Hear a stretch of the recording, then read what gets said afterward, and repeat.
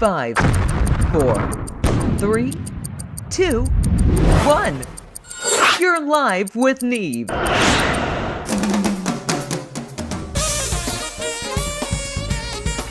This is Live with Neve. Iconic musicians, comedians, and entertainers of all types. Interviews, comedy, and God knows what else. Hold on!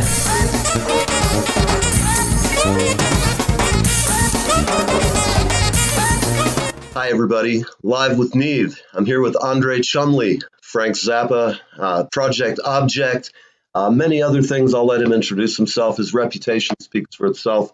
And we are here to talk about Frank Zappa, Halloween, his bout run in New York, and about all our favorite Frank Zappa tales over the years. So Andre, it's great to have you. Great to be here again, and good to see you, Neve. And I'm, Neve. That's like the consoles, right? Is it? Right. And if they try to sue me, which I hope they do, it would make a lively court case because it's my initials, which are Neil Ernest Van Erdy.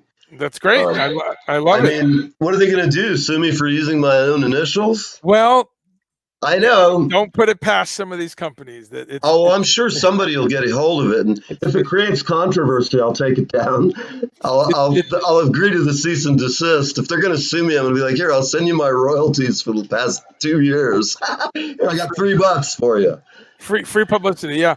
But no, good to be here, man. And I'm holding down the fort during COVID. I'm a touring professional, so like all of us that live on touring, it's ground to a halt. Yes. But nature does what it does. So I'm getting used to it, doing some other things. I'm teaching a bit, teaching guitar and bass and synthesis on lockdown. I'm performing a bit. I have a project called We Are Ants to Them, and that's my website, We Are Ants to Them. And I do electronic performance.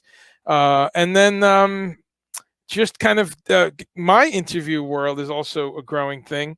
And people can find the links to that on my website, andrechumley.com or guitartour.net. So those are my things. My social is at Guitar Tour, so @ Guitar Tour. So I'm doing a lot of stuff. I interviewed recently Michael Shreve from Santana. Great. Pat Mastelotto from King Crimson. Oh man, Pat's amazing. Yeah, one from both Tony. Great, just tremendous drummers. Oh, amazing! I love drummers. I'm a closet drummer. I'm a frustrated percussionist. But interview with Steve Hunter is the most recent one I put up. Excellent. And so I know this is one of your. Should I talk about one of my favorite Halloween songs? Yes, absolutely. Does it matter?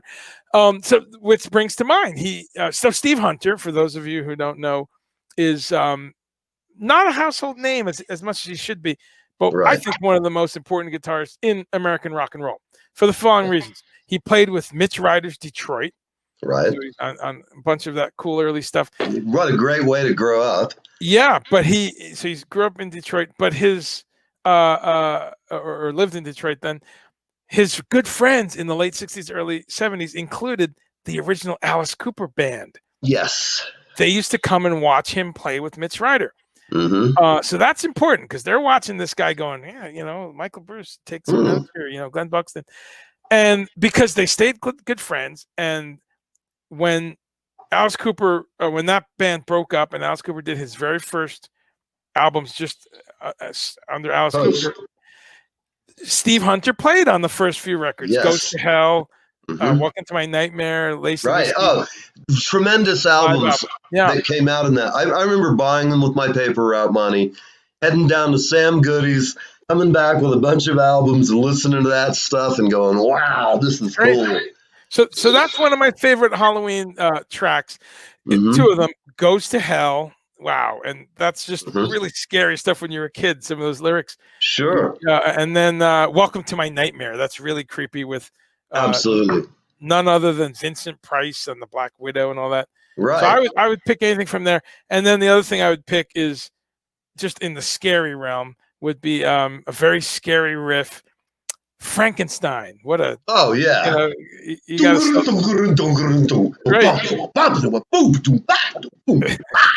I love that shit. I mean, as a kid, wah, wah, wah. Yeah. It's down, down, down, down, down, down. I mean, I just love the whole. I learned to play that when I was probably 13 or something. And like, I'd sit at home terrorizing the neighbors and my parents, and Sure. they're like, "Well, we kind of know where he is." Yeah, right. That's true. That's true. You know, but it Those are a was. few, and there's some Zappa Halloween memories, of course. But yeah. What is your favorite Frank Zappa Halloween memory or show that you viewed that you really dig? Well, that's easy to answer. It's right on my computer now because I've been waist deep in this new Halloween '81 release. Okay, I find right. it incredible. I just got into Zappa age 16 in September of 1981. So I was just a brand new Zappa fan when I heard that my local radio station in New York City was going to be broadcasting a Zappa concert. I couldn't believe it. Midnight, I got my blank tapes. I had WNEW tuned in, and it was also simulcast on something quite wonderful that I had no access to called MTV. Yeah, it was the first broadcast. So that Halloween is very special to me because I had just been a Zappa fan for about a month. Oh wow! But I had done more in a month than most people do because I was in college. Right. And what I would do was anyone I met. And in college, what are you doing as a freshman? You're smoking weed and Smoking weed, chasing around the girls, you're going hanging with your friends, playing music. That's it. You're going to keg parties and stuff like that. Right. So anywhere I went, I'd bring up Zappa. I was obsessed immediately. I couldn't believe, and I had a lot of diverse music taste at 16. I knew about Isaac Hayes. I knew about reggae. I knew about disco and Chuck Mangione and Right. I knew a lot of diverse rock and roll. Sure. And XTC, and I already knew. Oh man, we would have got along. We'd have been hanging out, buddy. Yeah. With the music thing. I'd have been like, hey, this guy's into XTC or Zappa. And to be into XTC by 1980, 81, early on. So I loved a lot of new wave, a lot of hard rock. Right. Called Queen, Ted Nugent, AC/DC. I liked all kinds of stuff. Soul music, funk, everything. So Zappa comes along, and my ears were ready for it because it was all over the place. Right. So anywhere I would go, a keg party or just hanging with some friends, I would bring it up. Zappa, you've heard of Frank Zappa? And every so often someone would say, oh yeah, I have one of his records. You do? Which one? And they'd say, well, it's called Waka Jawaka. I've never heard of that. Can I tape that? I was 16, it was like that was the way it was. People before these days where we just got ripped off 99 cent a song payment for us.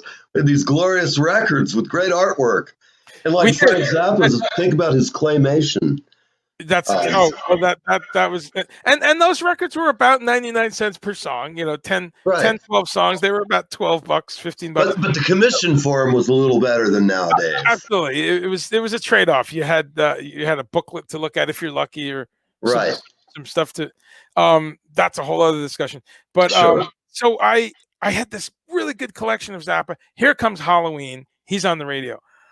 And I'll never forget it because it was my first time hearing him in real time, like playing. Right. So I was listening to it the other day, and I got quite emotional because I realized that first solo on the one that went on the air was the second show, and they opened with Black Napkins, and that was my first time hearing Frank Zappa. That wasn't a recording, It was, You were in real time. No one else on earth had heard it. They're all hearing it at the same time you are. So I'll never forget that. So that show stands for me as the most important Zappa memory, even though I wasn't there, because it meant so much to me. I recorded that show. I still have my little cassette somewhere. Very cool. That's one of the greatest bands he ever led. Jump ahead 3 years, and I started seeing Zappa live, and I saw him Halloween at the Felt Forum. So that's another peak Zappa Halloween memory. Actually, his final New York Halloween shows. So what did he open up with? If you have any memory, in '84, Boy, I'd have to look that up, man. I That's want okay. maybe Zoodalures. He was opening with that a lot that year, but For bonus content, extras, and all sorts of cool goodies, become a patron. Go to Patreon. Live with Neve.